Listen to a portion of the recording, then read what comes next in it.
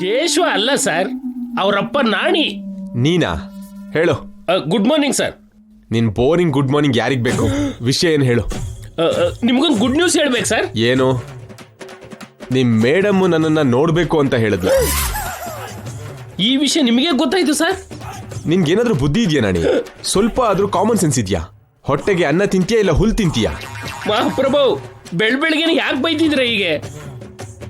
ನಾನ್ ನಿಮ್ಗೆ ಕಾಗೆ ಗುಬ್ಬಿ ಕತೆ ಹೇಳ್ತಿಲ್ಲ. ಮೇಡಮ್ ನಿಜವಾಗ್ಲೂ ನಿಮ್ಮನ್ನ ಕೇಳಿದ್ರು. ನಾನು ಅದಕ್ಕೆ ಬೈದಿದ್ದಲ್ಲ. ಮತ್ತೆ ಯಾಕೆ ಬೈದ್ರಿ ಸರ್? ಇಂಥ ಗುಡ್ ನ್ಯೂಸ್ನ ಇಷ್ಟು ಲೇಟಾಗಿ ಹೇಳಿದ್ಕೆ.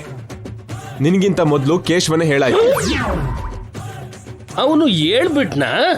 ನಿನಗಿಂತ ಅವನು 100 ಪಟ್ಟಲ್ಲ, 1000 ಲಕ್ಷ ಪಟ್ಟು ಬೆಟರ್ ನಾಣಿ. ನನ್ನ ಎಮೋಷನ್ನ ಕರೆಕ್ಟಾಗಿ ಕ್ಯಾಚ್ ಮಾಡ್ತಾನೆ. ನೀನು ಇದೆಯಾ? ಇಷ್ಟು ವಯಸ್ಸಾದ್ರೂ ಆ ಬುದ್ಧಿ ಬೆಳಿಲಿಲ್ಲ. ಅದಲ್ಲ ಸರ್, ನಾನು ಹೇಳೋದೇನಂದ್ರೆ. ಕಟ್ ಮಾಡೋ, ಬರ್ತಾ ಇದ್ದೀನಿ ಸರ್. ನನ್ನ ಮಾತು ಕೇಶವ.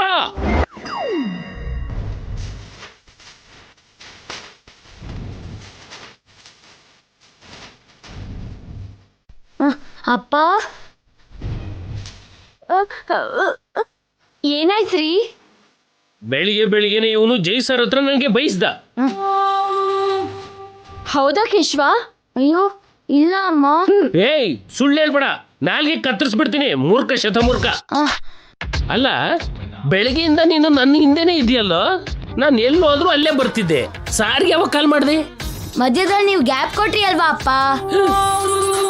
ಯಾವಾಗ? ಮಧ್ಯದಲ್ಲಿ ನೀವು ಪ್ರಕೃತಿ ಕರ್ದಿದ್ದಕ್ಕೆ ಹೋದ್ರಲ್ವಾ? ಪ್ರಕೃತಿ ಯಾರೀ? ಪಕ್ಕದ ಮನೆ ಜಾಗೃತಿ ಅವ್ರ ಅಕ್ಕನ. ಅವ್ರ ಕರೆದ್ರೆ ನೀವ್ ಯಾಕ್ರಿ ಹೋಗ್ಬೇಕು? ಅಯ್ಯೋ ಶಿವ, ನಾನೇನು ಕೇಳಿಲ್ಲ. ಅನುಮಾನದ ಪಕ್ಷಿ. ಪ್ರಕೃತಿ ಕರೆಯೋದು ಅಂದ್ರೆ ನೇಚರ್ ಕಾಲ್, ಭಾರ ಇಳಿಸ್ಕೊಳ್ಳೋದು ಅಂತ. ಆ ಗ್ಯಾಪ್ ಅಲ್ಲಿ ನಾನ್ ಸರ್ಗೆ ಕಾಲ್ ಮಾಡಿದೆ ಅಪ್ಪ. ಸಾರ್ ಮುಂದೆ ನೀನು ಚೆನ್ನಾಗಿ ಸ್ಕೋರ್ ಮಾಡ್ತಿದೀಯಲ್ಲೋ. ನಾಳೆ ದೊಡ್ಡವನಾದ್ಮೇಲೆ ಅಭಿ ಹತ್ರ PA ಪೋಸ್ಟ್ ತಗೊಳಕ? ಅದಲ್ಲ ಅಪ್ಪ, ಹೋಗ್ಲಿಕ್ಕೆಗೋಸ್ಕರ ಜಾಬ್ಗೋಸ್ಕರ ಇದೆಲ್ಲ ಮಾಡ್ಲಿಲ್ಲ.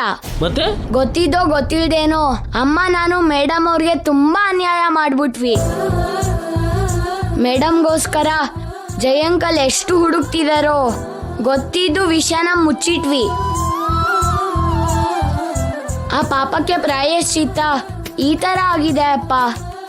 ಮೇಡಮ್ ಅವ್ರಿಗೆ ಬೇಗ ಎಲ್ಲ ನೆನಪಾಗಿ ಅಂಕಲ್ ಜೊತೆ ಒಂದಾಗ್ಲಿ ಅಂತ ಮಾಡಿದ್ದು. ಅದಕ್ಕೆ ಮೇಡಮ್ ಬಾಯಿಂದ ಅಂಕಲ್ ಹೆಸರು ಬಂದ ತಕ್ಷಣ ಅಂಕಲ್ಗೆ ಫೋನ್ ಮಾಡಿ ಹೇಳ್ದೆ, ಅಂಕಲ್ನ ಬೇಗ ಬನ್ನಿ